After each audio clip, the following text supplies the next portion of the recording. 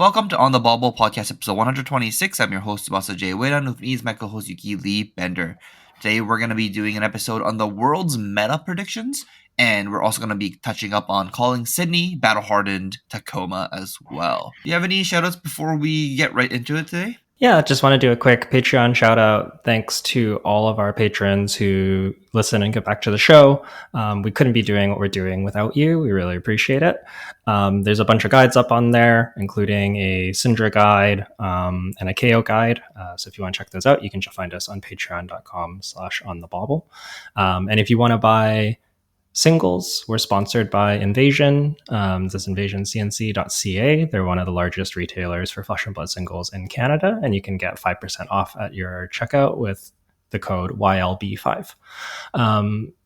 So thank you to all of our patrons. Thank you to all of our listeners. And yeah, we just really appreciate you. I think that the show and all the extra Patreon content is really kind of like possible because of the people supporting us. So thank you so much. Okay, awesome. And I guess we'll start with talking about Calling Sydney right away then. Calling Sydney just happened last weekend, it was November 1st, I think, right? Where do you want to start with? Do you just want to start with the metagame for Sydney? Yeah, let's do that. So we saw 214 players, and the three most represented decks were Verdance with 33 copies, Syndra with 31 copies, and Gravy with 29 copies. So those three, clearly the three most represented. And then after that, it's a huge fall off with Acilio at 10, Dash.io at 8, KO at 8, Prism at 8, Kasai at 7, Puffin at 7, Doria at 6, and then it continues to kind of fall off from there. So the meta really kind of solidifying on those top three decks that we've been seeing do well at PQs, doing well at previous callings, Verdance, Syndra, Gravy, and then a splash of some of the other heroes that we've kind of seen around as well. I don't think that there's too many huge surprises looking at this. Is there anything that stands out to you? No, nothing that surprises me. I don't know, just shout out to the guy who brought Teklovossen, but meta is kind of very diverse in the sense of you don't actually know what you're gonna play against. There's a lot of ones at Sydney's, a lot of 1-ofs, a lot of 2-ofs, a lot of 3-ofs. So yes, the top three deck is half of the field, but the other half of the field is just spread across what is this? It looks like 20 plus heroes. So you could just play literally anybody. Yeah. It's very, very diverse, very widespread. I guess going into the event, I feel like there was a lot of people talking about Prism for Worlds and all of that coming up. And on paper, she's decent into Verdance, decent into Syndra, decent into Gravy, especially if they don't have their poppers. And we actually saw a lot of Verdances packing a whole bunch of poppers. Red Autumn's touches were in several of the decks that did well. And so that's an interesting adaptation. And I'm kind of curious to see where we'll land at Worlds. I think that Prism was sort of in this great spot where she wasn't on anyone's radar, and then people are starting to talk about her.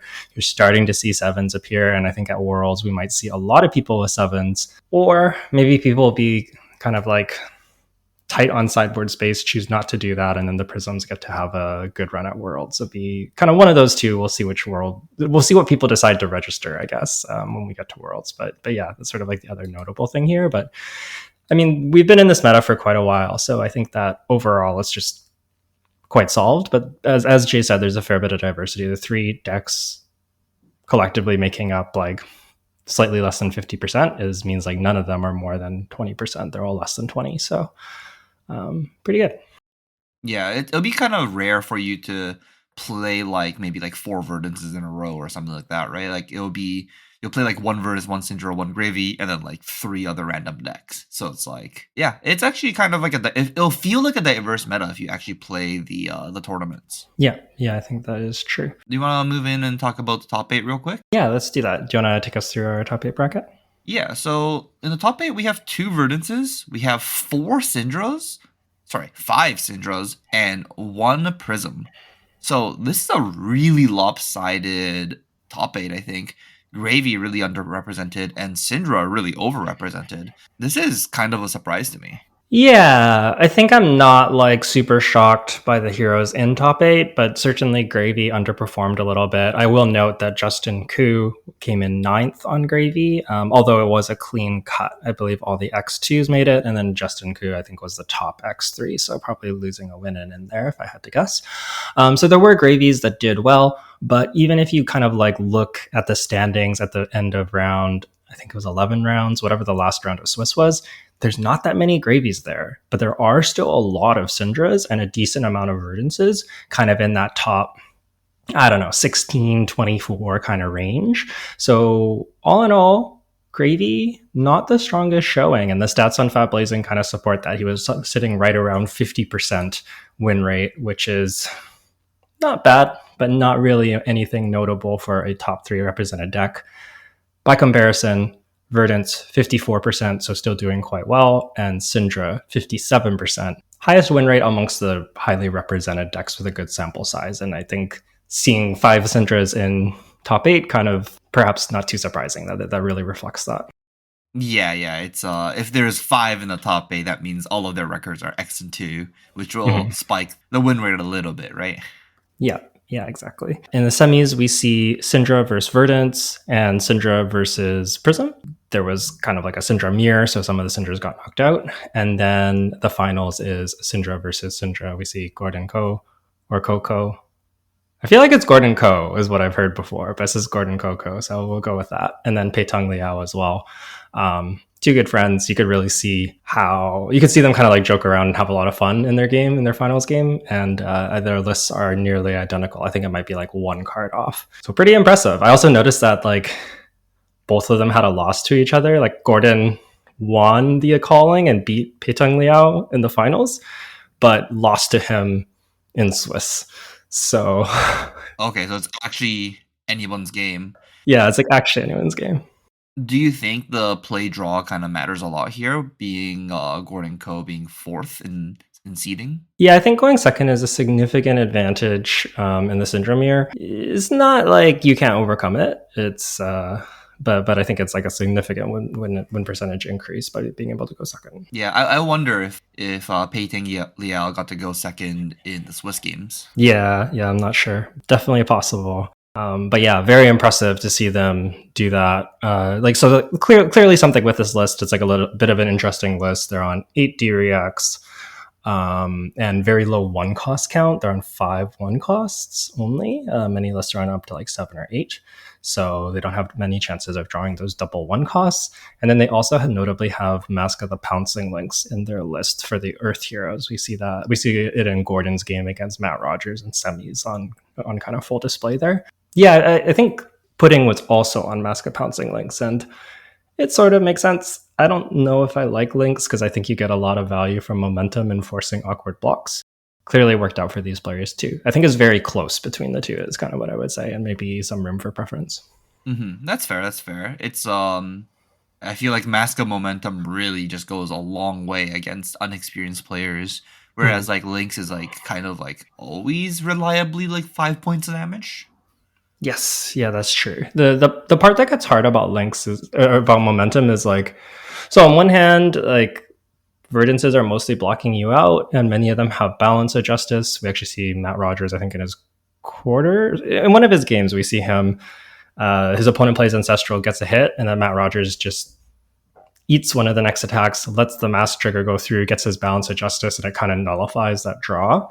So that part's really strong. And then I think the hidden value, though, for the Mask of Momentum is, if you ever get 2 cards on your 4, or you force out these armor blocks, or you make them block with cards they don't want to block, that's the extra value of Mask of Momentum that is not always easy to see, I guess, because it's sort of like you get implied value from forcing awkward blocks rather than like obvious, like here's 5 from cracking my Pouncing Lynx and getting a Lava Burst. Yeah, that's fair. That's fair. Well, it could also just be more than 5. They play like Tenacity or Salt the Wound, right? Yeah, it wasn't in these particular lists, but I think Pudding did have Tenacity and Salt in his list. That's fair. That's fair. Yeah, I love Tenacity. You massively punish some of these like armor blocking heroes with Tenacity, and you're just like, wow, I made a mistake. This is for 9. Okay. Do you want to talk about the battle hardened at Sydney as well? Yeah, so there was a LL Battle Harden at Sydney also. This is brought down by Michael Fung on Viserai. Shout out to Michael.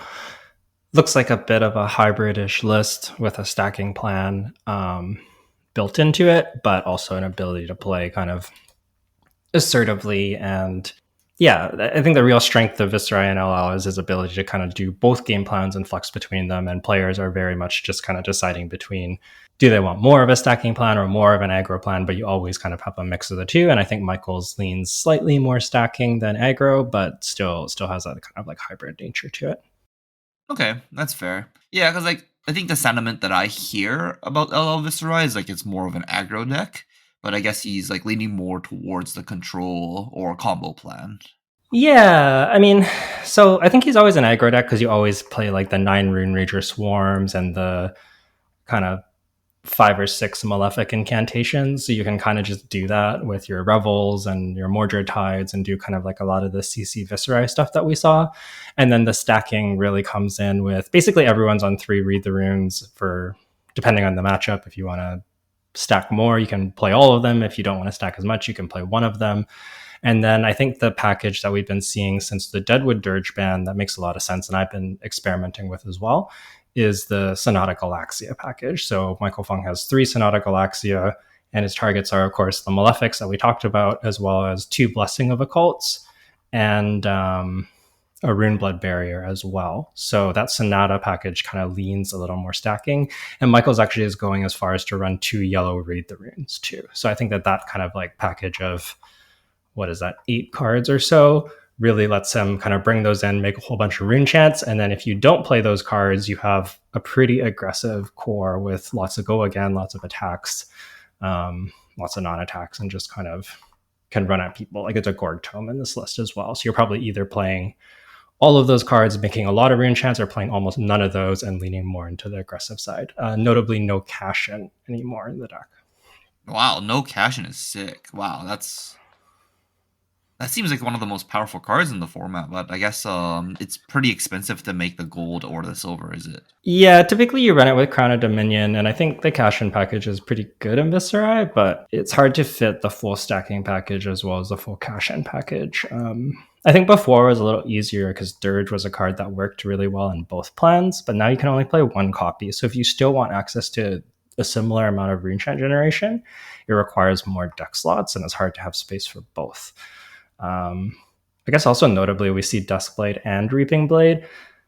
I think for the aggro plans, Duskblade is like pretty clearly better because the first time you play an attack and a non-attack, it swings for 3, which is just the same as Reaping Blade. And most of the time, Viserai is doing non-attack attack because that's what his hero ability asks you to do.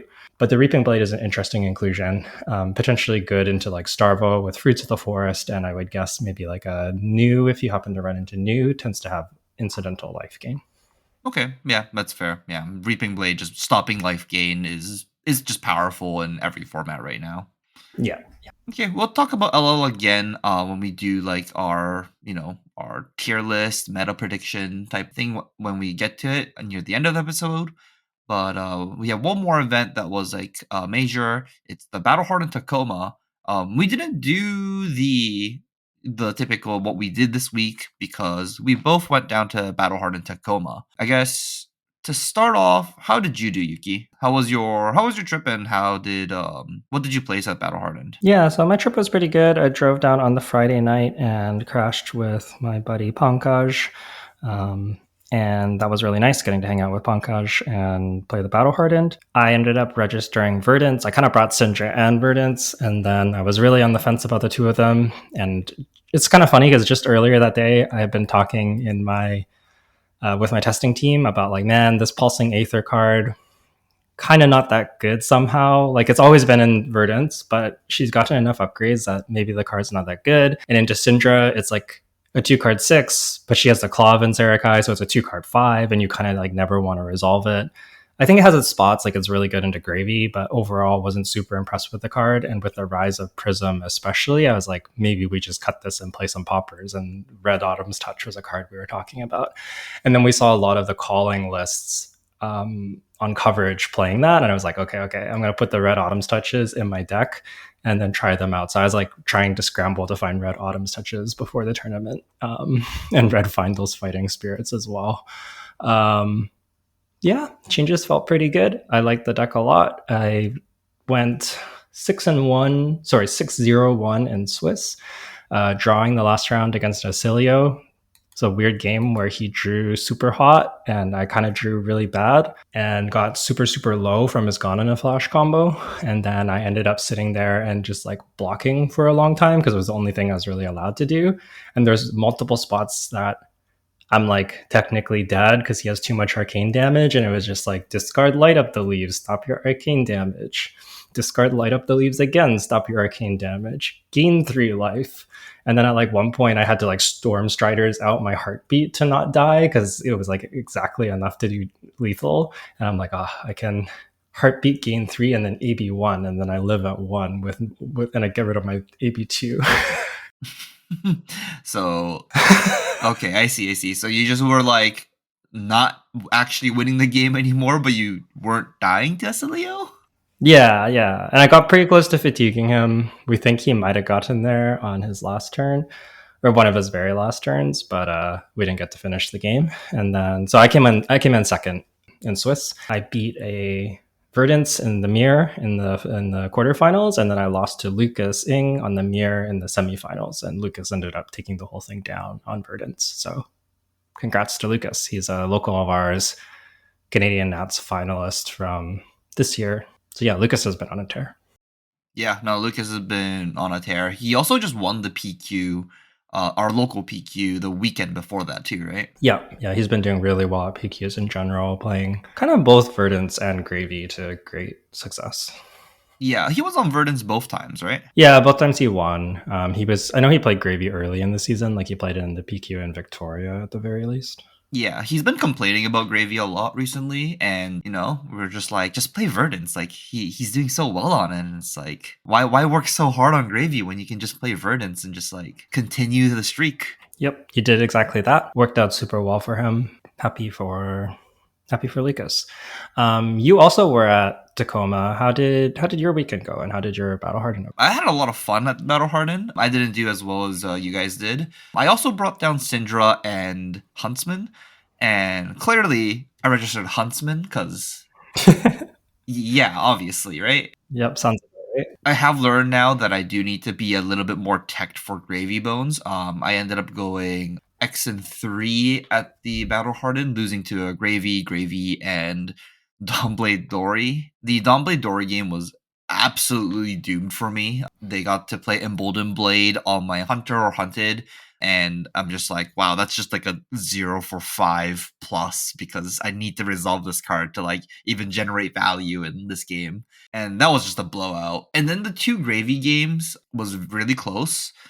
I think like I made a misplay somewhere in the game, and then I ended up fatiguing first in the first Gravy matchup. So I was like, if I had one more card, I would have win. So in the second Gravy match, I ended up being like, I have this one like an extra Oasis in the sideboard that I don't usually bring in the matchup.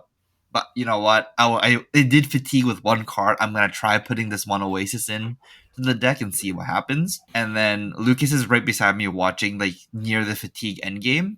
I have him like completely decked, and then I drop my 4 and I draw 2 no blocks, one of it being the Oasis, and they swing with like Rigor and another 6 power, and I'm like, I can't block this, I just lose.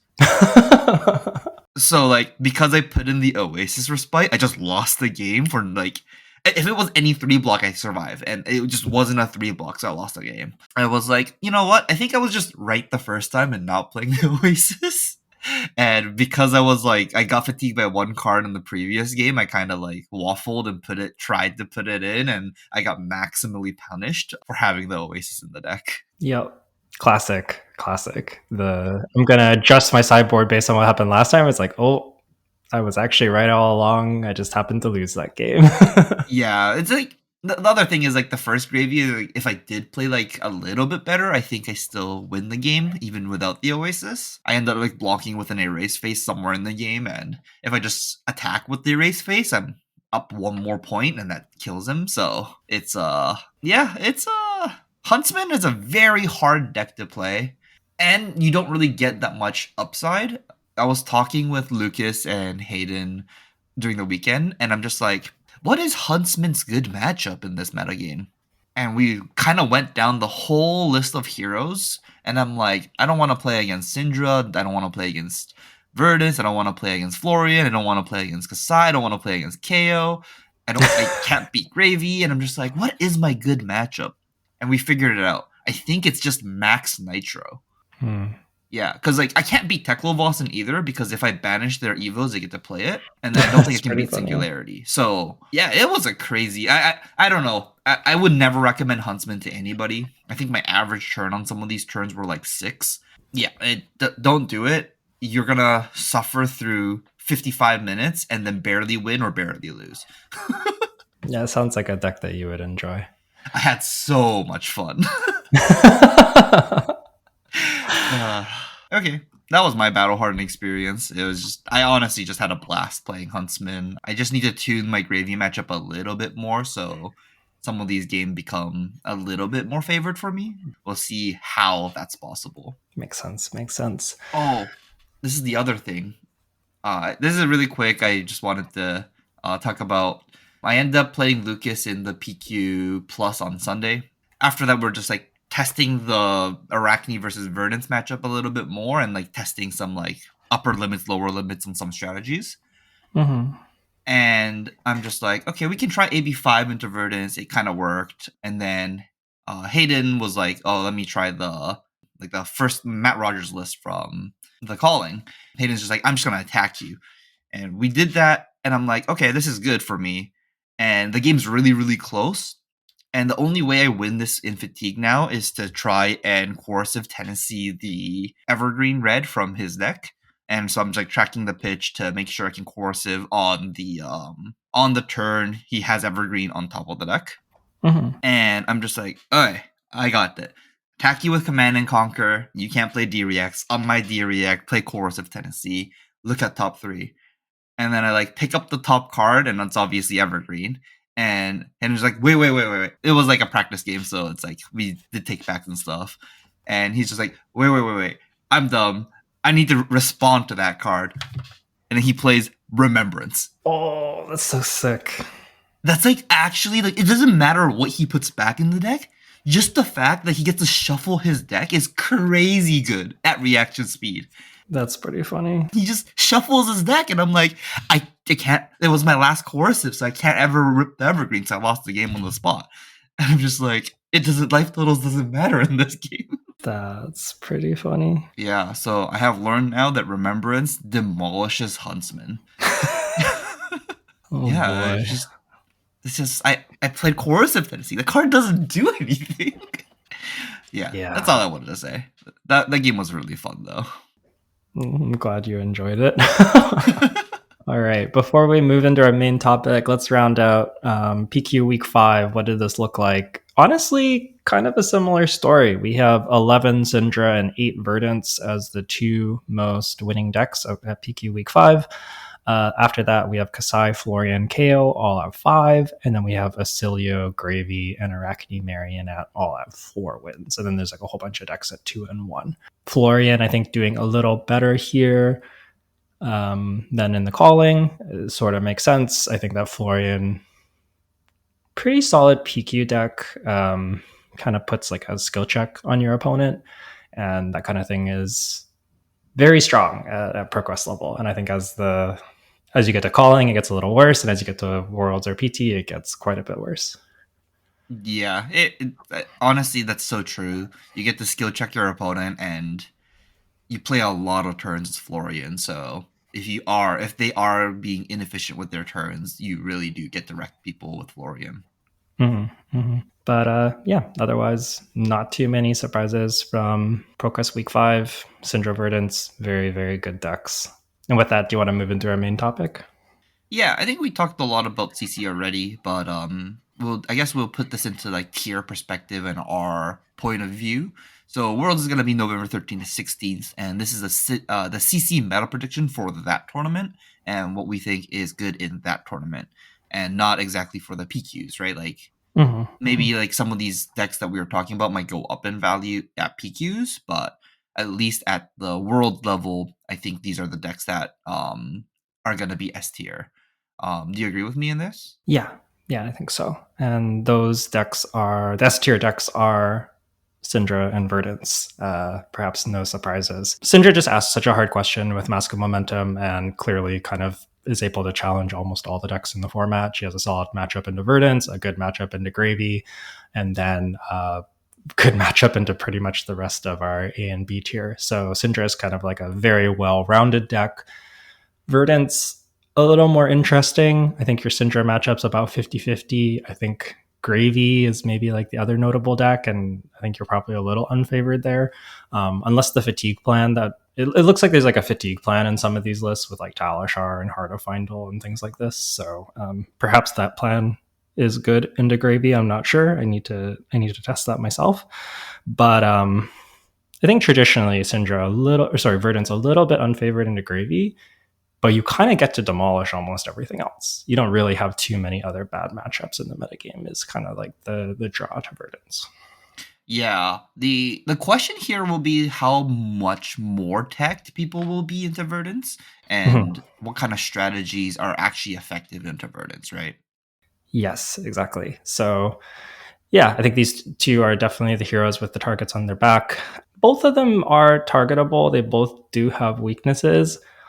I think most decks struggle to be good into both of them. There's decks that are good into one, but tend to not be good into the other. And then Gravy is sort of this other, I think we kind of touched on it in the calling data, a little bit weaker of a choice, it seems.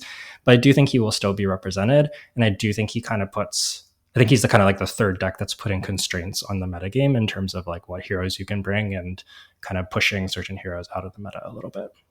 Yeah, this is like I guess it's a feature, maybe it's a bug, that these three decks, Syndra, Verdance, and Gravy, are kind of like in the polar opposite, like triangle of the format, where like the more you put in go again attacks to try and beat Gravy, the worse your Verdance and Syndra matchup gets.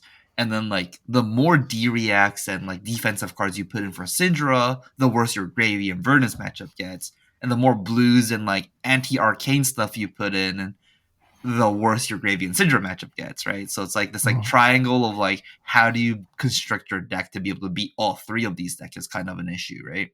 For at least most decks. Maybe Syndra kind of gets the pass of like being able to have a good game into all the decks. Yes, yeah, I think that's true. And yeah, and I think these are kind of why these are the top 2/3 decks. I think Gravy is a step down, but especially in the hands of a strong player, still a really good deck. Like we've seen Justin Koo make calling finals and then come in calling ninth again. So there's clearly something to this deck. I think it is good, but as always, Gravy is quite challenging to play. Yeah, and the Tipple bans I think is was a pretty big downgrade, right? I think now we know that like Tipple really did kind of make that deck kind of just like be the most obnoxious thing in the world, being able to do like 26 damage turns randomly. Yeah, lowered the ceiling on the deck a lot and lowered its access to gold as well. So I think between the two of them, it's just the deck feels more like fair and grounded now than it did before. You kind of get like one big gold turn and you have like a couple leyline turns, and the rest of it is like playing efficient small hands. That all being said, I think Gravy is a very powerful hero, but he doesn't feel quite as broken as he did before. Yeah. The gold generation is kind of limited now, right? It's there might be some more tech to try and beat these smaller golds, and if you can like put pressure on the Gravy's gold, that might be a good way to beat Gravy now. Yeah, definitely.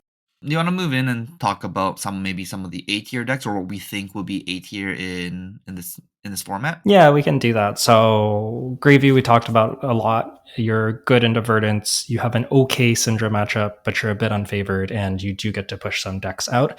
So I think most of these A tier decks are going to have an angle of attack into kind of like one of the two top decks, and probably like a decent matchup into Gravy or a decent matchups into the rest of A tier. I think is sort of like what puts you in A tier. And I guess like, what do we mean by S tier? What do we mean by A tier?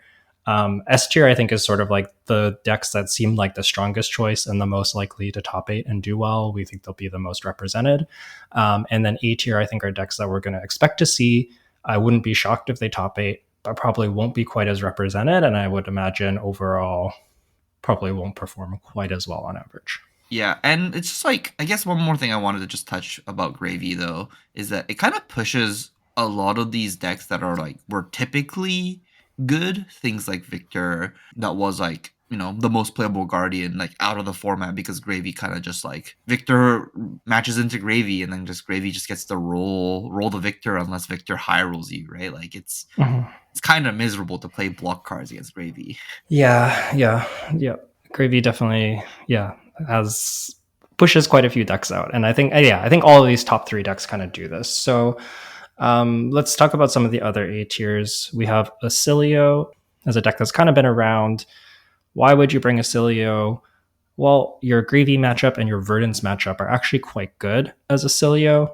You kind of get to do your combo. They don't have the most disruption. They play a little bit of a longer game, so you have quite a bit of time to find that combo, and you can kind of pop off and go over the top of them.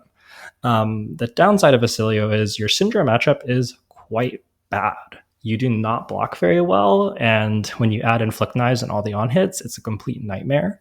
Especially with Syndra's often teching Art of the Dragon Scale for the mirror as the equipment destruction, if it's Draconic. And if you Art of Dragon Scale Acilio's Lightning Greaves, it is extremely painful.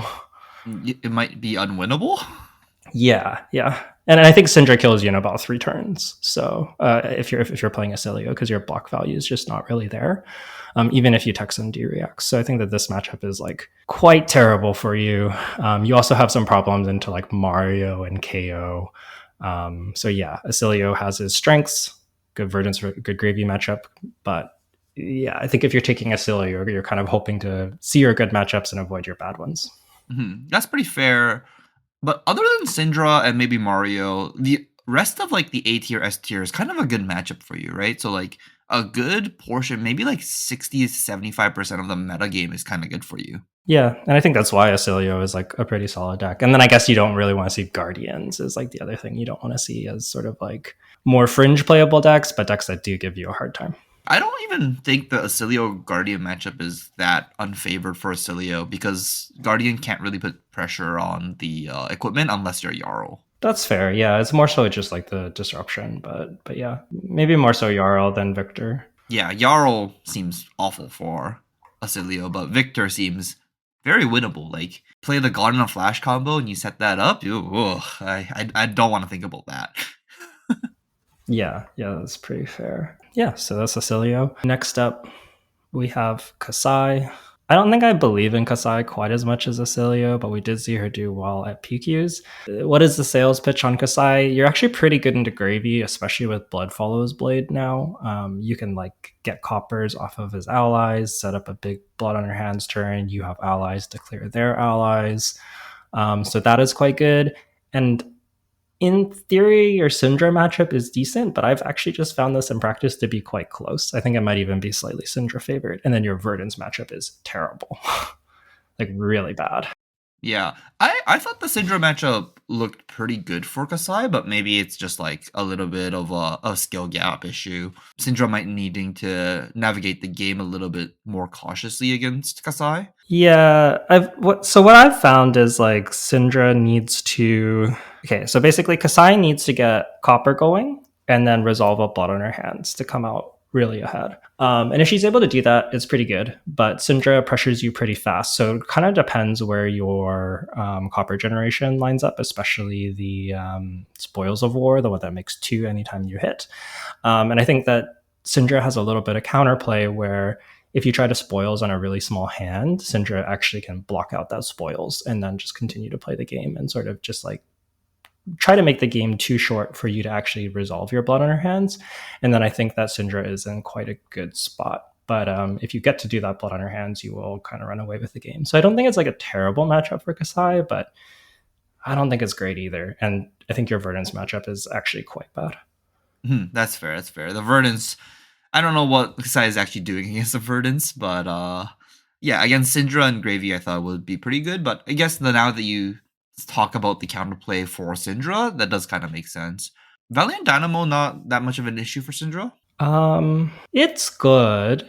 It's definitely good, but you also have like flick knives as one value per turn. I think it's just like you're kind of a bit more of an efficient deck than her, and it's hard for Kasai to keep big hands. She kind of wants to like get her engine going, where she starts making gold every turn and gets her copper online.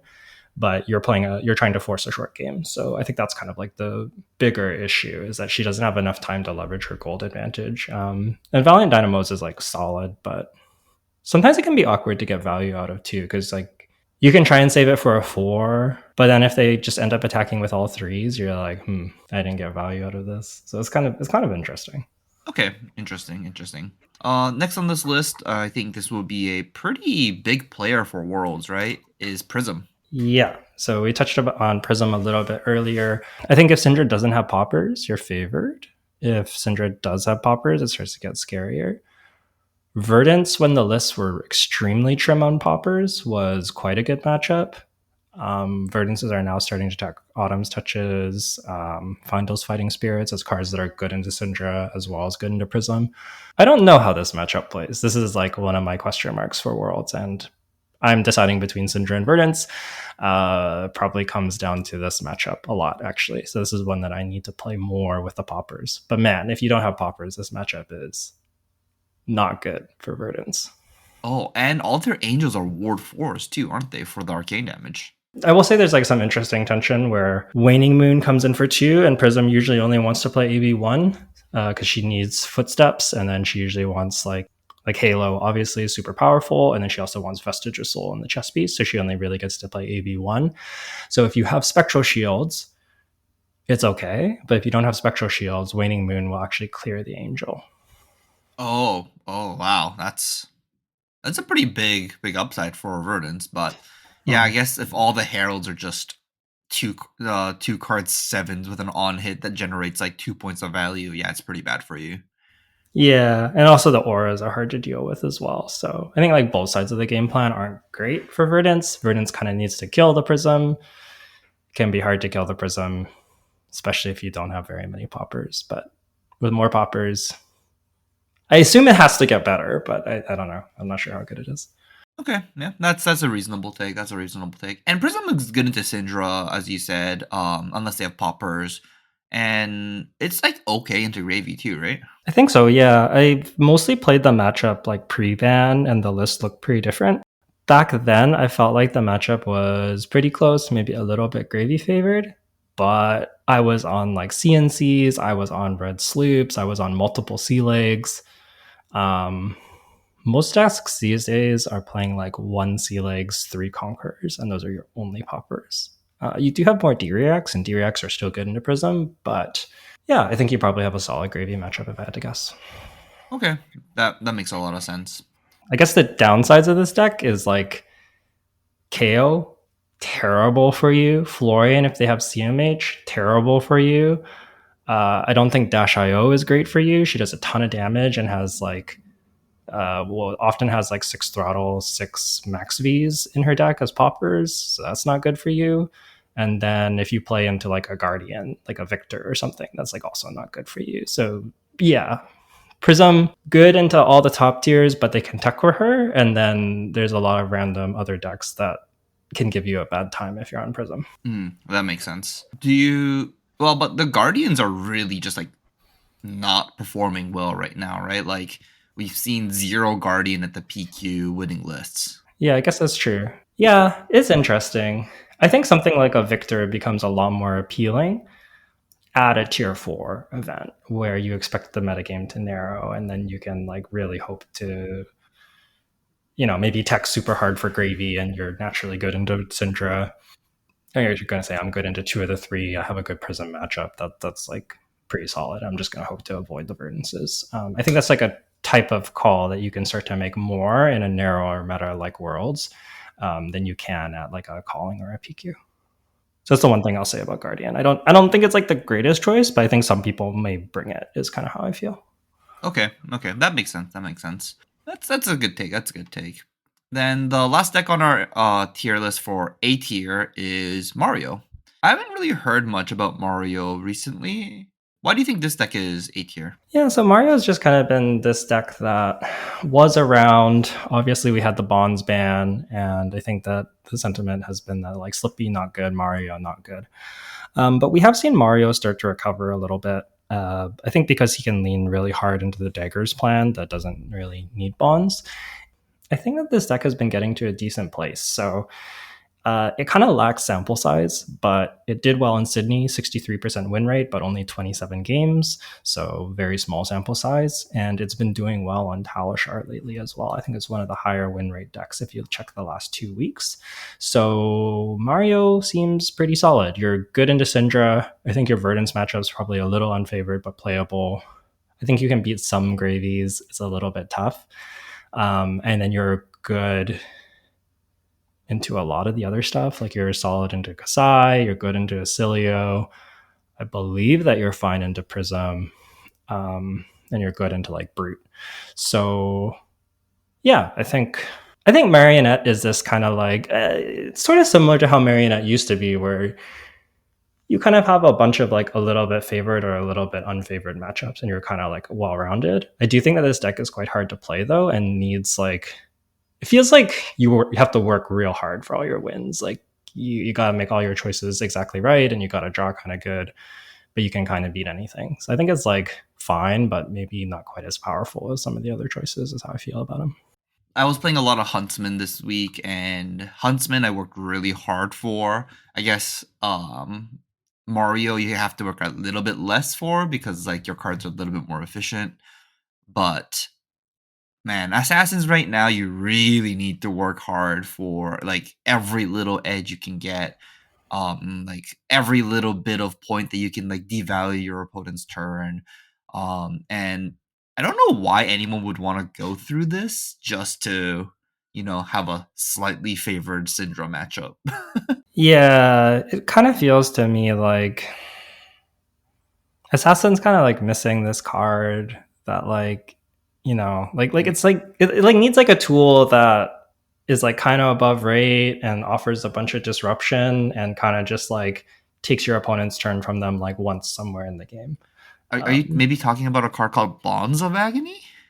Yeah, that one. It feels whenever I play Assassin or play against Assassin, I'm just like, if they resolve the Bonds of Agony somewhere, this game would be really scary. But they can never do that, so it's like Mario has some really good draws when you do like the Savor, Kiss of Death, Tarantula Toxin stuff, Codex, a Frailty. Like you have some really impressive top end, but I also feel like when you aren't drawing that top end, it's just like sure am swinging these daggers and playing these like 0 for 3, 0 for dagger reacts and just running at you, and it's like, it's okay. I'm gonna go back and talk about Huntsman real quick, but I was played against a Kasai at I think it was the Battle Hardened, and I think 18 of those turns was pitch a blue attack with Scale Peeler for 1 pass. So like, it's just that's just assassin life, right? Like you just swing a dagger for 1 and pass the turn. Yeah, I will say Mario does have the upside of like when you're in his base form, your baseline of like swing Clave, mark you, swing Chalisaur for 2 is like you do get 1 card for 3. And I think that's why this deck is like one of the stronger assassins. He actually does have kind of reasonable numbers. I don't know.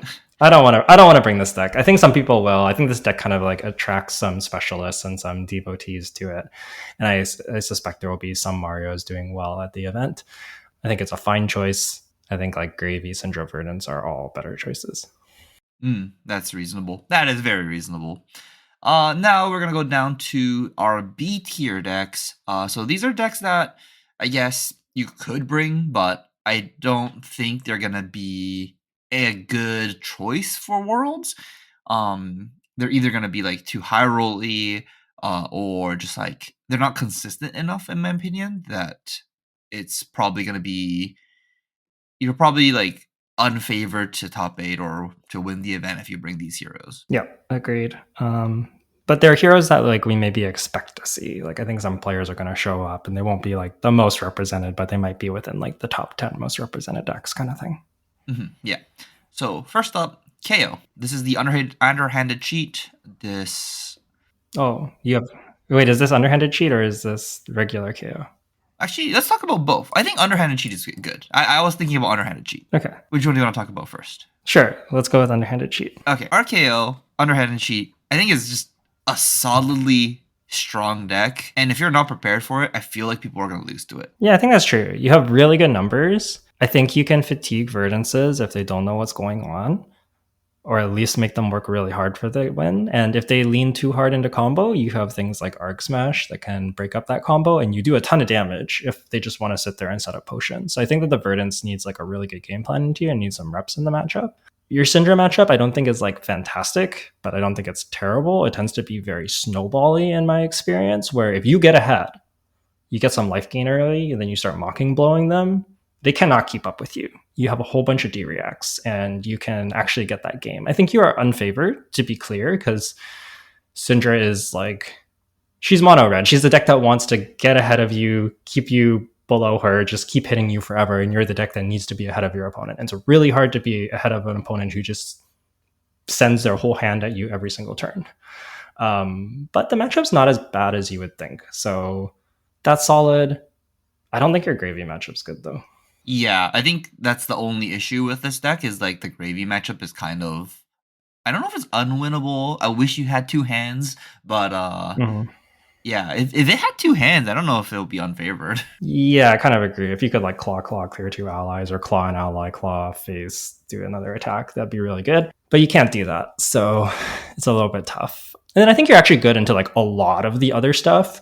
I think you just like have an earth problem and a bit of a Gravy problem is like kind of the answer. And you're like not fantastic into Syndra. I guess you don't really have that big of an earth problem. You're like decent into earth. You have a problem into Gravy, and you have a problem into Syndra. So Yeah, I don't know if it's that bad into Syndra though.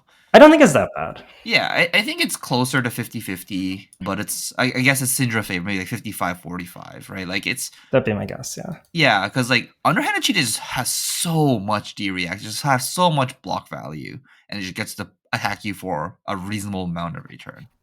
Yeah, no, I agree with all that. I think that yeah, I think the deck is like quite solid, and I think that some people are going to show up on this deck, and if they've been putting in a lot of work, they're going to kind of have the advantage of just knowing their matchups much better than their opponents. And I think that the deck is like rawly powerful enough that if you have that surprise element, you can just come out ahead favored into that opponent because they're not experienced. And he does a pretty powerful thing. So yeah, I think KO underhanded cheat is quite good. I was going to put him in like sleeper picks. I think he might actually be like closer to an A tier deck power level wise, but I don't think many people are on him. Oh, okay, that's interesting. That's interesting. I was just kind of impressed. Like every PQ I've been to, there's been like an underhanded cheat at like top 8, top like 9th, 8th, like in that area, like X1 area. And then I'm like, every time I watch that game from behind, I'm just like, oh, that's impressive. Oh, that's impressive. Oh, that turn block for 16. Yeah, he's kind of, in some ways, he's very much like regular KO or like OG KO, where you're like you're this like kind of fair, really big numbers deck, but the difference is you get to play D-reacts and play much more mid-rangey, whereas OG KO is like, I'm going to draw, discard a bunch of cards and run at you as fast as possible, and it might be good. Yeah. It's like the KO without the 0 blocks. Yeah. It's good. You have like less, I think you have like less ceiling, but you can still push out a lot of damage, and then you get a block good. Mm-hmm. And then let's talk about the other KO as well, the Armed and Dangerous. Yeah, high roll potential, very good. You're kind of not good into any of the S tier decks though. I think your Syndra matchup is like really bad. I think it might be the worst of the bunch. I actually think your Verdance matchup is okay. I think this one's like close-ish. You just do a lot of damage, and if you draw good, you can definitely get there. So I think this matchup is actually okay. And then Gravy is also okay, but also not great. Like Chum is really annoying for you to deal with, and you kind of aren't allowed to stumble. And sometimes this deck definitely does stumble. So I think you can like beat Gravy, you can beat Verdance, but neither is fantastic. Then you're unfavored into Syndra. So that's probably why this is one of the weaker choices. That being said, I think you're good into Kasai. I think you're really good into Acilio. I think you're really good into Prism. You probably don't want to see Mario. You don't really want to see Florian. So yeah, this deck is not bad. I think it's powerful. I think it can do powerful things. A little too inconsistent for its own good though. If it was like less number of CC rounds, KO might be a reasonable choice. But the more rounds of KO you have to play, I think the worse it gets, right? Because like you're gonna high roll like 2 to 3 people out of 6 rounds. Yep. Right. And then if you really get lucky, you could high roll like 5 out of your 6 opponents. But at Worlds you have to play what, like 10 rounds of CC, or is it 8 rounds of CC? I think it's 9 rounds. No, it's 9 rounds of CC. Yeah, so like winning a PQ with like 5 rounds of Swift, you go X2, then high roll 3 times, reasonable. Trying to like win most of your CC games, like you have to do high roll someone 9 times. That's kind of rough. Yeah. Cause like even against Syndra, like if you do high roll them and end on the new 3/7 that makes them discard a card, that's a pretty good turn, right? Yep. Yeah, definitely. I also think that KO is sort of like similar quality to Florian, where you just like have good numbers and you kind of push a ton of damage and you're straightforward-ish to play. So I think at PQ level, you just kind of like, I'm going to do this super efficient thing. Can you beat it? And if your opponent's leaking value, they probably can't beat it. But when you get to the world's level and people are not leaking very much value at all, there's still stuff that happens. People make misplays, but I think it gets a lot harder to play KO. That's fair. On that same note, Florian's also in our B tier. He is so reasonable, yet I guess that might be the best way to put it. He's just too reasonable, right? Like, yeah, and I don't think you're really good into any of the top tier decks. Like I think Syndra has the advantage against you. I think Verdance is quite good into you. You can maybe try to catch them off guard with CMH and rush them down and hope they're not prepared for it. But if they are, you're going to have a bad time. You can try and fatigue them and hope that they don't know the counterplay. But if they know the counterplay, they can definitely get there. And then I don't think your Gravy matchup is great either. So it's like even if you can say the Verdance matchup is like close, you're still not good into Syndra and Gravy, and it's sort of like, I don't know. You're good into a lot of other random stuff, like the deck has good numbers, but you're kind of bad into all top 3 decks in my opinion. yeah, you have to work so hard to try and even beat any of those top 3 decks. You work super hard and you're still maybe like a 45% dog, right? Like Yeah. It's not like so awful, but it's also just not good. And it's sort of, I just look at a lot of our SN, even in some of our A tier, and I'm just like, I don't know why I'm playing this guy. I guess you're good into Kasai. Nah. Florian is the deck that you bring it if you want to feel like you've won your game and you've earned every win. And every time you lose, it's going to be your fault because somewhere in the game you could have done something. Sure. Sounds, yeah, I don't know. It's for those people, you know. They want to prove to themselves that they're a good flesh and blood player. That's fair. Yeah, I think some people also just like this deck, but yeah, I think Florian just he's powerful. I don't think he's well positioned, is what I would say. Yeah, he's really fun to play though. That I'll give you that. He just feels good. He just like has good numbers, good math. You just do efficient stuff. You have great armor. You block super good. But yeah, you're just kind of like not. That doesn't line up into the top decks right now. Yeah. The top deck just attack from like the weirdest angles right now, right? Next up, we have Dash.io. Dash.io can do super powerful stuff. I think you are legitimately favored into Syndra. I think you are okay into Verdance if you're a very strong Dash.io pilot. And I think you're even kind of okay into Gravy. I think that's winnable. I think it's gotten a little harder now that Gravies have moved off Tipples and have more D-reacts. They can threaten fatigue a lot better than they could before. Dash.io doesn't really have any like super bad matchups, but I think she is just like a little inconsistent, and I don't know if her spread amongst the top heroes is like quite good enough to justify her. It feels like you're kind of good into a lot of similar stuff that Syndra is, but I'm sort of not sure why you're playing Dash.io over Syndra. Like, yes, you beat up Syndra, but I think like overall your matchup spread is just like a little worse. Like, you really don't want to see the Guardians as Dash.io, whereas I think Syndra can like kind of hang in there and kind of win, for example. Dash.io feels like a deck where she's like a lot more vulnerable to like the full fatigue plan. And sometimes you just like are as playing as Dash.io, even if you're like the best pilot, like what do you do, right? Like if your opponent gets the disruption turns on the max V turns, like you just kind of don't get to do anything. Yeah, and sometimes the deck just doesn't cooperate is the other thing I found about Dash.io. Like you get a lot of agency, there's a lot of lines, there's a lot of like the deck is not like super super random. I think that can get overplayed a little bit. I think the deck is very skill expressive, but there are times where you just don't, nothing lines up. You draw these all item hands that just like don't, there's just hands that you draw that don't do anything. They don't really block, they don't really push damage. You have to set up, then your opponent disrupts you, and it's just like, yeah, you have these really really hopeless games sometimes as Dash.io. I think she's solid. I think Yop will do well on Dash.io because he only plays Dash.io and he's a sicko at that deck. But like, I think there's probably better choices. Okay, that makes sense. That makes sense. Yeah, I don't know if I can ever go to Worlds and put myself in the shoes of just looking at a draw and be like, drew 4 items. I don't know if I can keep a cool. Yeah, yeah. Okay, then let's just really quickly talk about maybe some sleepers in the format. We already talked about RKO. We already talked about Jarl and Victor a little bit. What about Kano? Kano is like the last wizard that is still legal for Worlds, I think.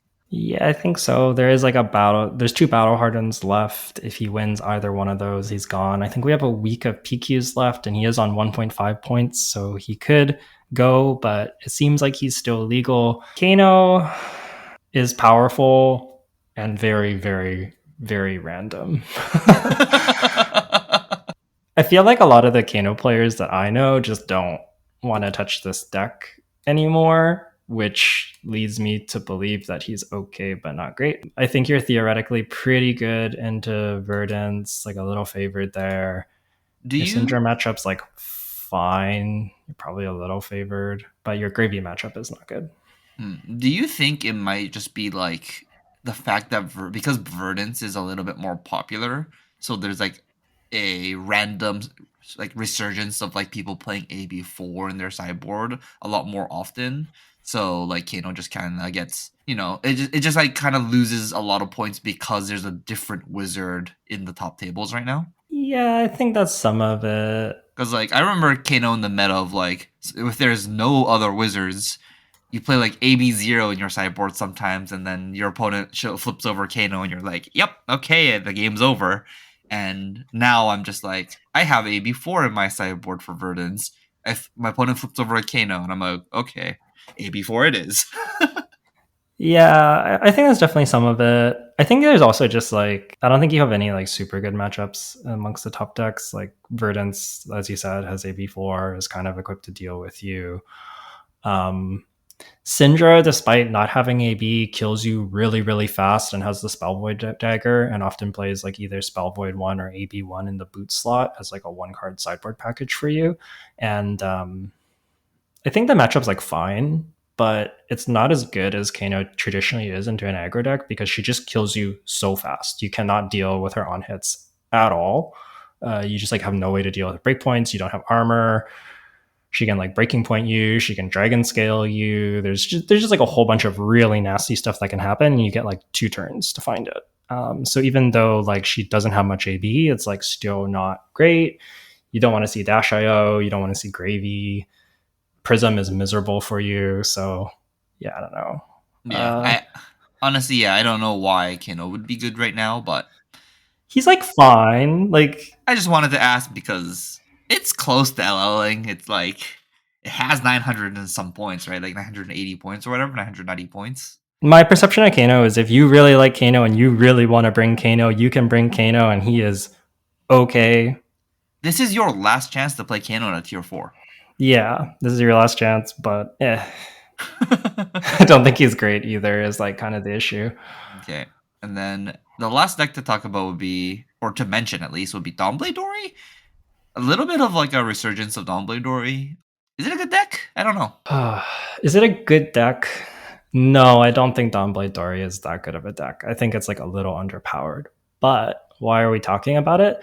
I think you're actually legitimately pretty good into Syndra. She can't really block you, and you can kind of do the like I snowball Dawnblade counters and then start blocking really good and just have like small super efficient hands because The Dawnblade counters get really out of control, especially if you get to swing the sword twice with them. It's just like the damage just yeah, most of her cards are 0 for 3s, and she has a 1 for 3 weapon. But when you get like every counter is like +2 on a turn if you swing twice, and Syndra doesn't want to block, so you can have a pretty solid Syndra matchup.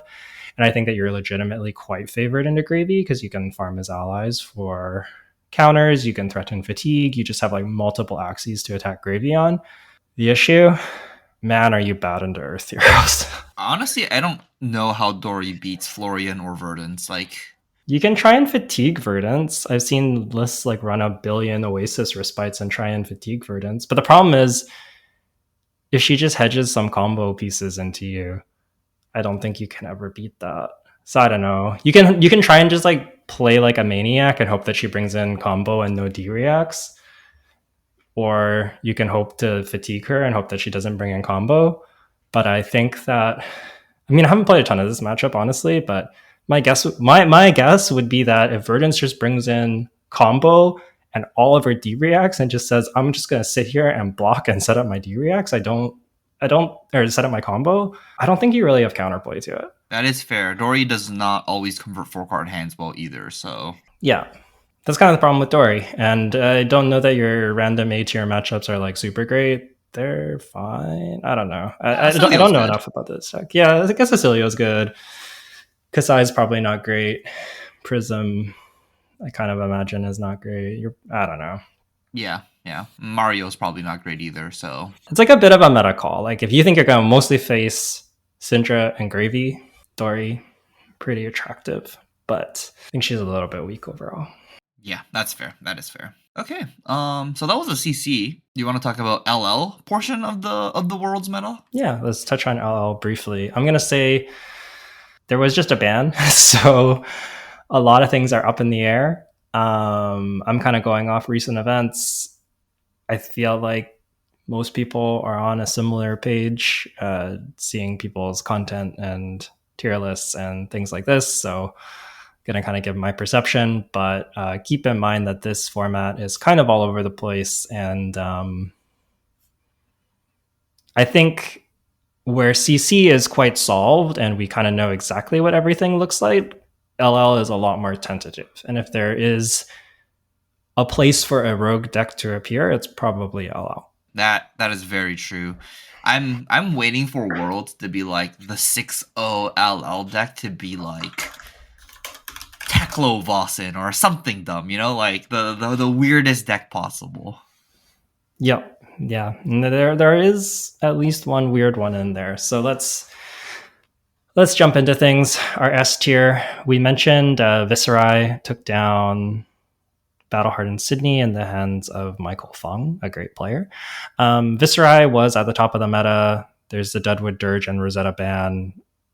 I think we touched on when we talked about bans. I thought that Viserai could survive. I think that that's been largely the case. I think what I said about needing to lean into either more setup or more aggro is true. You kind of can't do both quite as freely.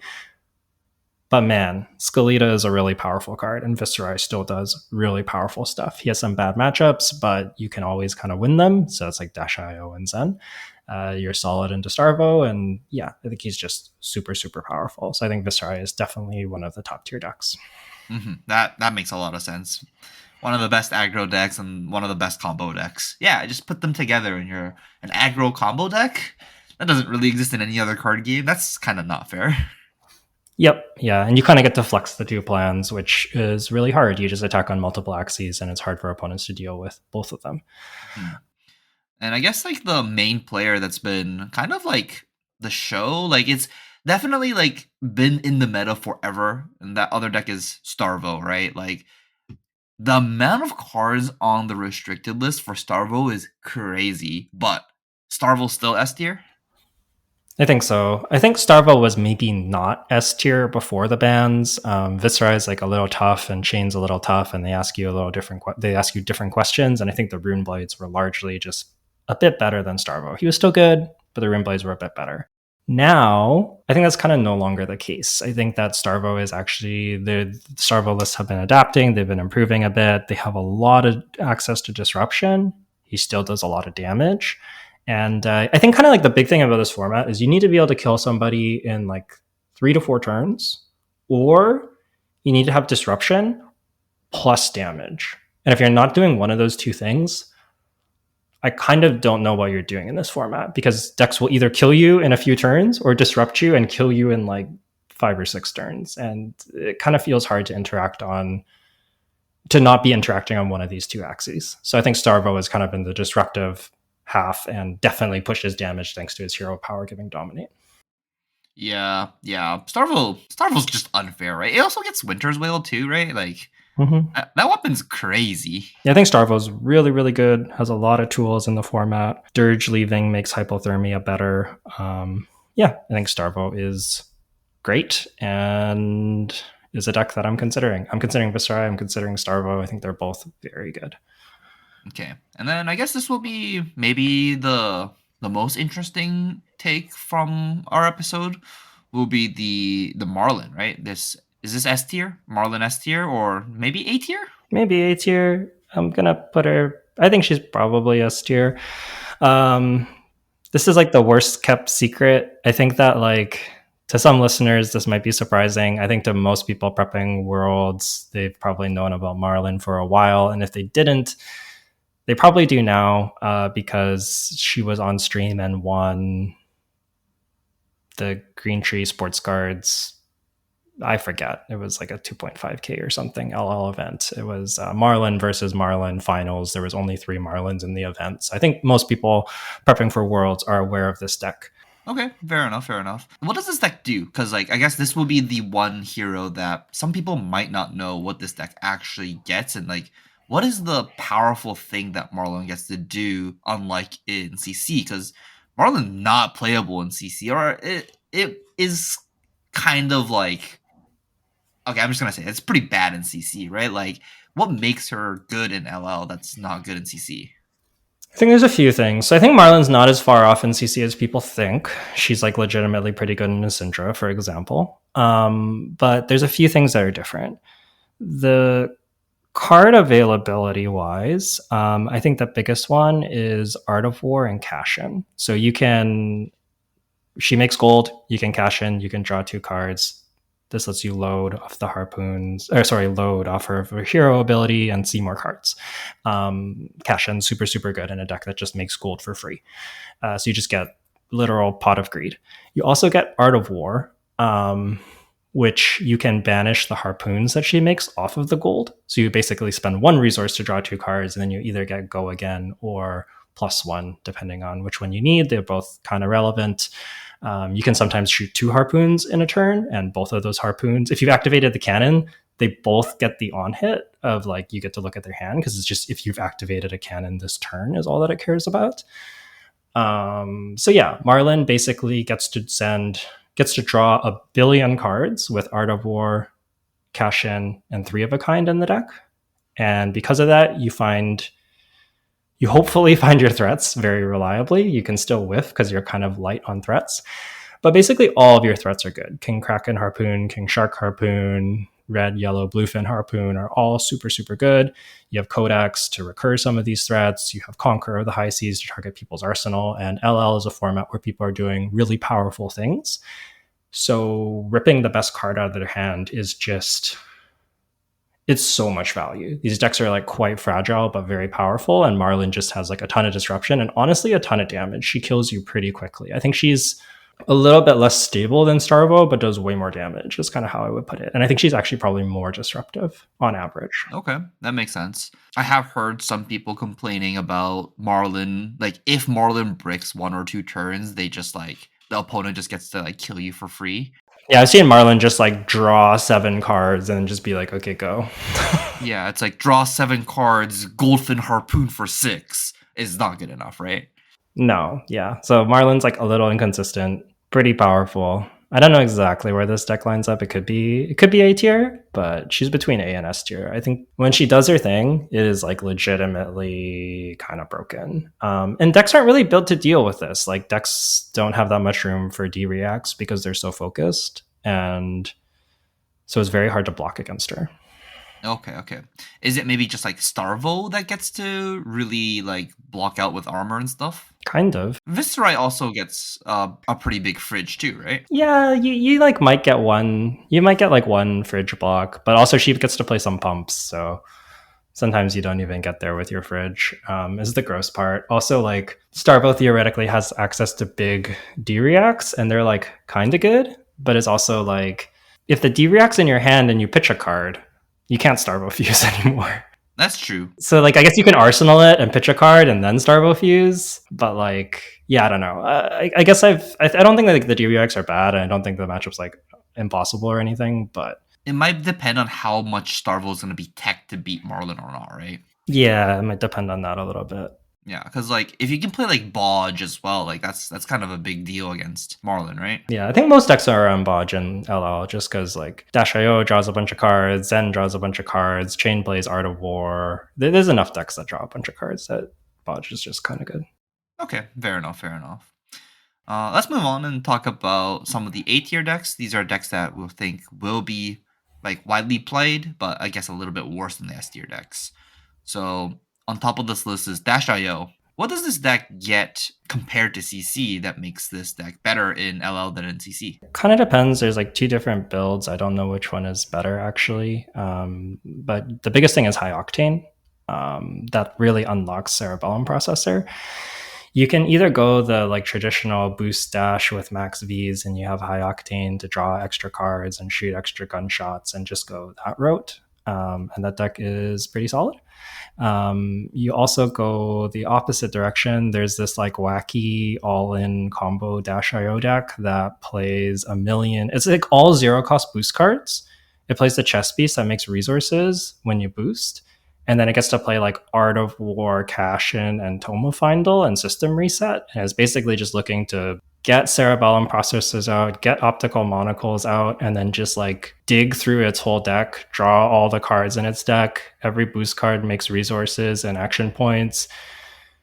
Art of War buffs your cards, and you kind of just draw and play your whole deck at some point. Like you need to like get to this point where you have enough Cerebellums and you have your high octane and everything, but you just keep making resources from boosting.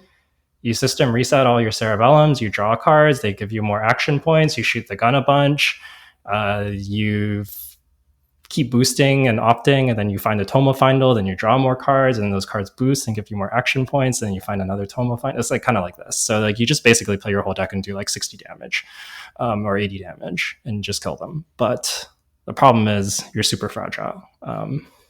You kind of need like all your Cerebellums, and you kind of sit there and be like, please don't disrupt me, please don't disrupt me. And if they disrupt you, your deck kind of doesn't do anything anymore.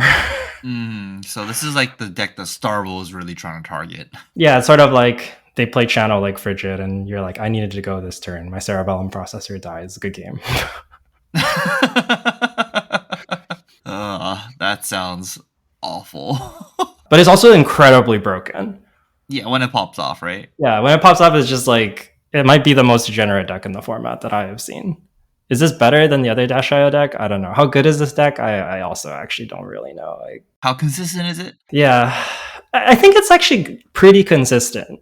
The problem is that it's really fragile. Because at some point, it's just like, if you get the time to boost through like a third of your deck and kind of pitch back your threats and set up your items, you see so many cards with optical monocle and like looking and boosting. You just and your draw twos, like the deck will, if this deck was in CC, it would be like super out of control because it actually is just really consistent. It's just that like, yeah, disruption at the right time, you kind of fall apart. Okay. Fair enough. You want to move on and maybe talk about the other deck, Zen? Zen is good into Starvo. Sorry, Zen is good into Viserai because Zen State stops Rune Chance. Oh, there's Zen States. Oh, the chess piece. I forgot about the chess piece. I think this is the main reason to play this hero. Viserai has counterplay with Condemned to Slaughter. You play it, you sacrifice an aura, they sacrifice an aura, so you can make them sacrifice the Zen State. There's like some timing related stuff about when you can condemn and when they activate their Zen state. So if they have the Chi in hand, they have a lot more flexibility. If they have to activate Traverse and Kasaya to do it, they have a lot less flexibility. You have to have the condemn at the right time. All this is to say, I think your Viserai matchup is good, but Viserai can still win. And I don't think you're very good into most of the other decks. Like I don't think you're good into Starvo. I don't think you're good into Marlin. I think if I had to guess, I think Dash.io probably outraces you on average, and T-Bone is a little bit of a nightmare for you. Wait, then why is this on the A tier list? Because you're good into Viserai.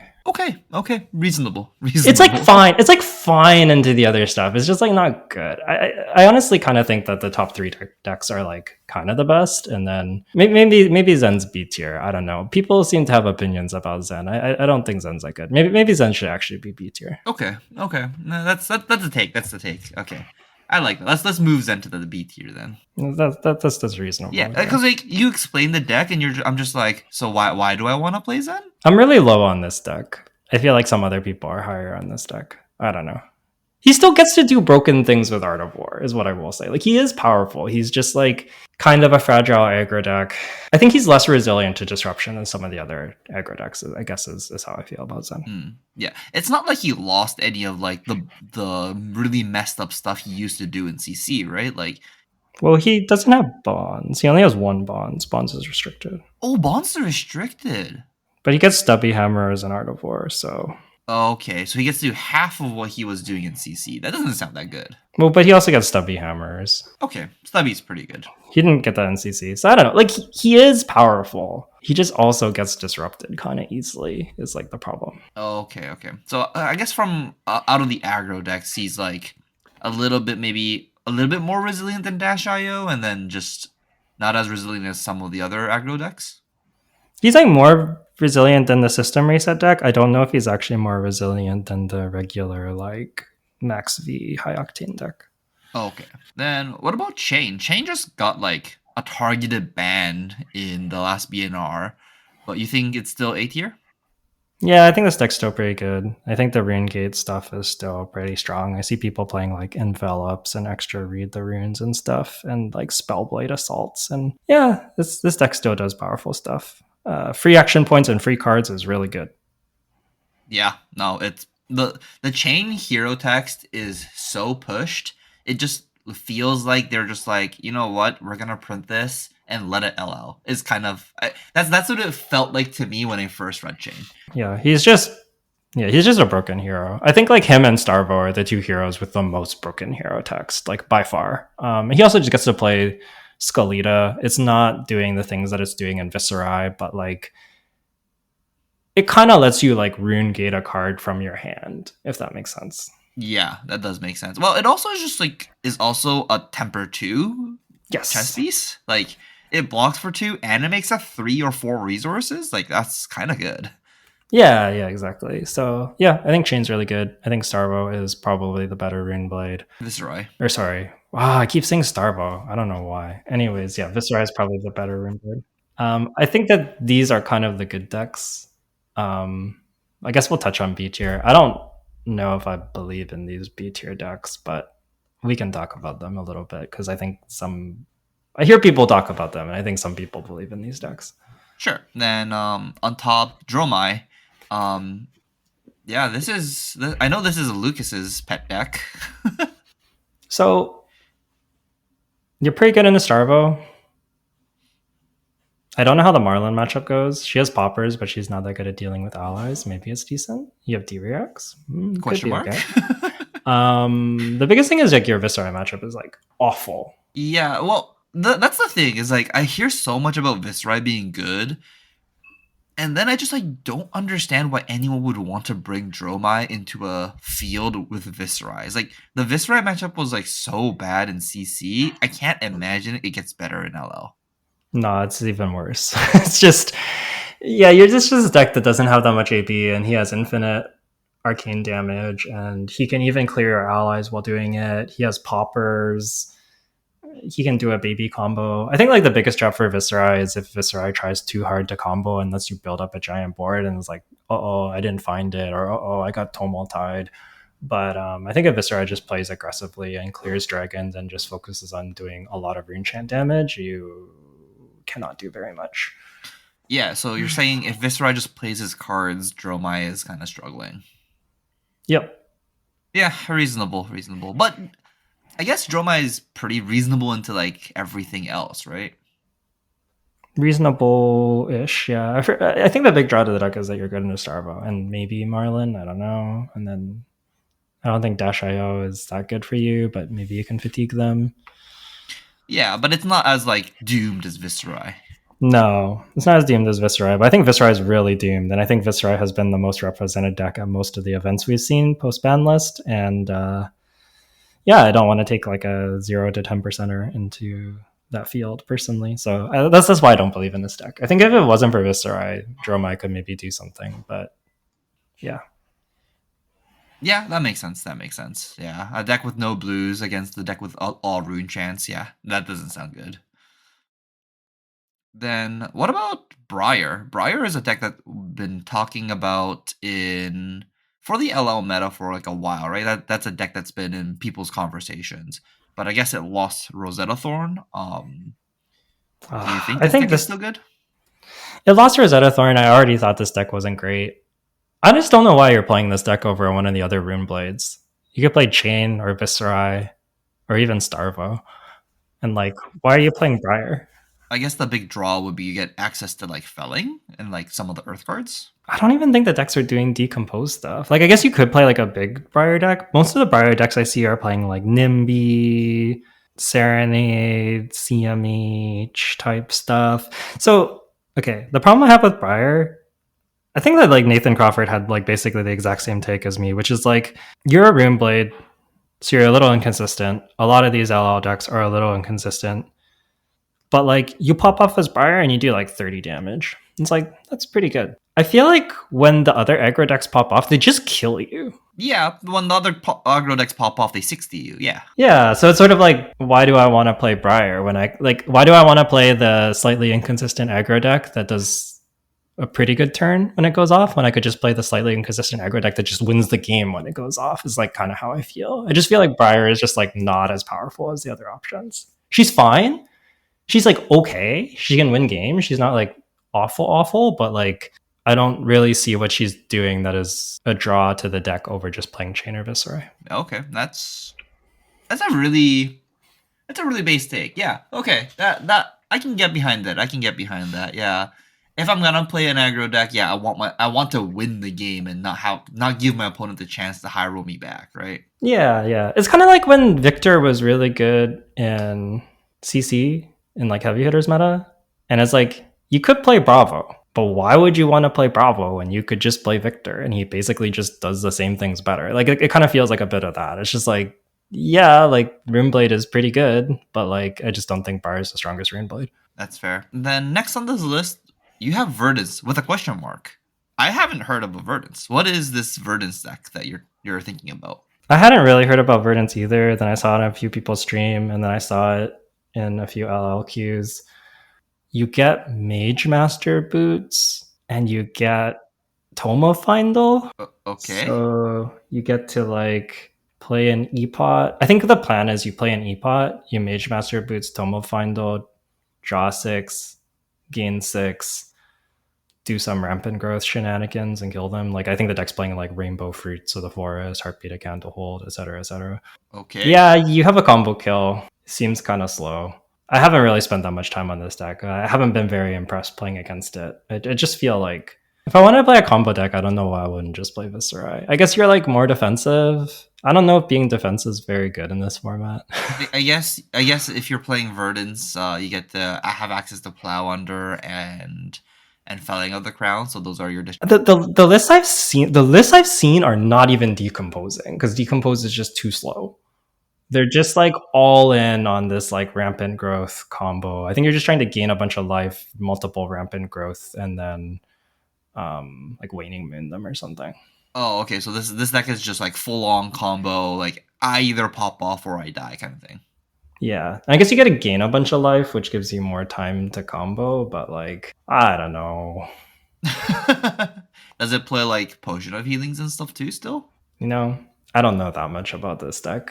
I think they might. They play some potions. I seen energy potion, so they have to have healing potion, like surely. I just haven't been that impressed with this deck when I've seen people play it. I'm just yeah, you can combo, you can do some stuff. I think there's like better stuff you can do. Okay, okay, that makes sense. So that's the end of our list of our LL meta. Not sure if there's anything else we actually missed. This does kind of feel like the list of heroes that I've heard in LO. I personally don't play LO at all, and I'm not testing for Worlds. So this is all you know hearsay essentially from my side. Do you know which deck you're thinking about bringing at this point? I know this is like 10 days still until the event, so you have time to switch and stuff, and like maybe find some other decks in your test, like with your testing in the next couple weeks or in the next weekish. But right now, you're going to Worlds. Let's say events tomorrow. What are you playing? The event was tomorrow. I'd probably play Viserai. It's the deck that I have the most reps on from before, and I still think it's really good. I'm also considering Starvo and Marlin. I was kind of considering Dash.io, the combo deck, and then I played into Starvo and I realized I lost to a single Warmongers or CLF. I guess you can like system reset and then buy an extra turn and then hope you can go off on the next turn. But yeah, I don't know. I don't think I want to do that. So I don't think I'm on Dash.io. But yeah, any of Starvo, Viserai, or Marlin. I am hoping to play a whole bunch of LL soon, I guess, when I get to Philly in person, and kind of figure that out. Because I think I'm probably. Actually, I don't even know what I'm playing in CC. I'm playing Verdance or Syndra. I go back and forth. I played a bunch of both of them, so I feel like I can kind of just play either one. But yeah, I don't know which one I prefer there. And then between the LL decks, I think any of the top tier is like probably where I'll land. And yeah, I don't know. Hoping to figure out a lot of that. There's sort of been like this. I got back from the Battle Harden and I'm like, oh, I want to play so much Flesh and Blood and test so much for Worlds. And then Talishar has been like down and accounts got reset and we had to remake accounts and then it was down again. So it's been kind of hard to actually test for CC or LL. Okay, that's fair. Yeah, Talishar going down is kind of affecting a lot of the Worlds prep for people, huh? Yeah, yeah. It seems to be like back up now, so that's good. But yeah, I'm not quite as far along as I had hoped. I think between the traveling for the Battle Hardened, the ban list, and Talishar downtime, it's like played some games, but yeah, there's a lot to explore in LO. Okay. Well, good luck to you for the Worlds. I guess let's wrap it up here. Yeah, it seems like a great place to wrap it up. So thank you all to listening. If you're going to Philly for the World Championship or the calling or side events, good luck to you. If you're going to any of the Battle Hardens, you have one more week of PQs. Best of luck to you. Hope that all goes well. And I hope that you found this episode helpful, interesting. If you're a observer from home, hope it brought you some value. But yeah, thank you all for listening. You can find us on social media. I'm at Yukili Bender. Jay is at Ueda J. That's on Twitter. And I'm also on Blue Sky with the same handle at Yukili Bender. You can email us also if you have questions at onthebobble@gmail.com, or you can reach out to us via our Patreon Discord. That's available to all of our patrons, and you can find us patreon.com/onthebobble. So those are the best ways to get in touch with us, and best of luck to you the rest of this CCLL metagame.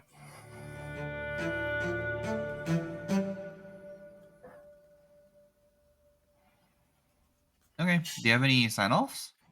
If not, I have something real quick. I somehow got roped into playing Magic the Gathering in 2 weeks or so for the RC, the regional championships for Canada. I'm not queued yet. There's some like LCQs that I can play like this weekend and next weekend. But I don't know how somebody convinced me to like travel to Calgary to do this, but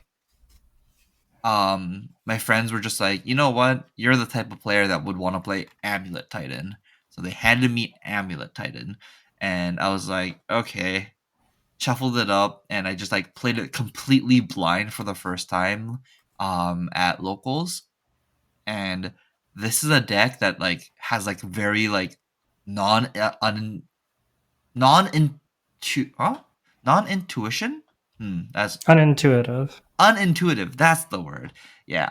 Unintuitive lines to like find combos. Like at least if it's like your first time picking up the cards and like looking at some of these cards, I'm just like, why is some of these cards in the deck? And it's like it's part of a combo somewhere. And it was like the most neuron activating deck that I've played a Magic for since like years. And I'm just like looking at the scape shift in my hand. And I'm just like, but I only have 3 lands in play. Can I even win the game? And I'm like, probably not. Pass the turn, and my opponent kills me. And I'm like, okay.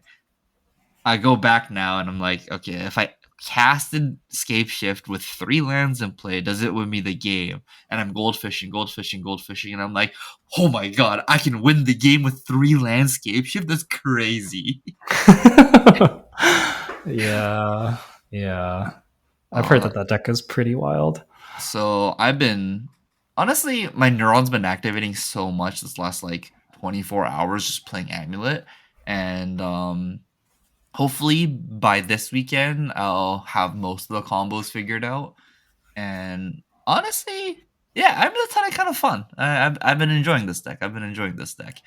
You know what? Magic is definitely fun for like the 2 weeks you decide to play it, and then the moment you get like kind of good at a deck, you stop having fun. So I'll have fun until I kind of figure out what I lose to and what I don't. So That's fair. That's fair.